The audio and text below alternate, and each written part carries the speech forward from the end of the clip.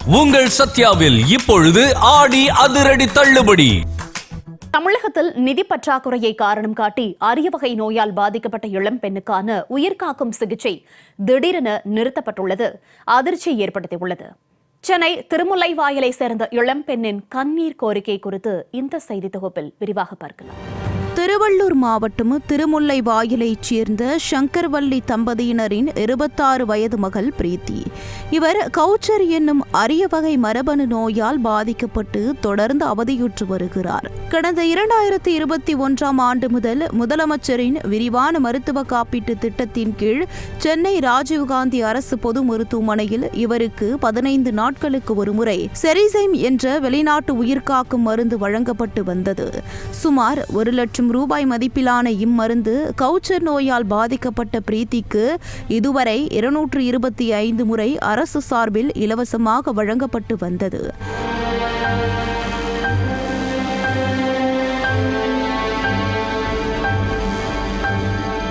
இந்த நிலையில் நிதி பற்றாக்குறை காரணமாக இனிமேல் இந்த மருந்தை வழங்க இயலாது என தமிழ்நாடு சுகாதார திட்ட இயக்குநர் அலுவலகத்திலிருந்து குடும்பத்தினருக்கு கடிதம் அனுப்பப்பட்டுள்ளது. இதனை கண்டு பிரீத்தியின் குடும்பத்தினர் கடும் அதிர்ச்சியிலும் வேதனையிலும் உறைந்து போயுள்ளனர். செரிசை மருந்து இல்லை என்றால் தனது உயிரை காப்பாற்ற முடியாது என கூறும் பிரீத்தி சிகிச்சையை மீண்டும் தொடர தமிழக அரசு உதவ வேண்டும் என கோரிக்கை விடுத்துள்ளார். எனக்கு கவுச்சர் டிசீஸ் பிரச்சனை இருக்கு. எனக்கு தொடர்ந்து போட்டுன்னா இருந்தாங்க. அப்புறம் கொஞ்ச நாளாக இப்போ போடல. என் மகளுக்கு மரபு சம்பந்தப்பட்ட நோய் இருக்கு. இதுக்கு ஒரே ஒரு சொல்யூஷன் இந்த செரிசைம்ன்ற மருந்து போடுறது தான். இந்த மாதிரி ஐவி மூலமா நீங்க ராஜீவ்காந்தி ஆஸ்பத்திரியில் போட்டீங்க. இந்த மருந்து உங்களுக்கு காப்பீட்டு திட்டத்துக்குள்ள அடங்காதுன்னு கொடுக்குறாங்க.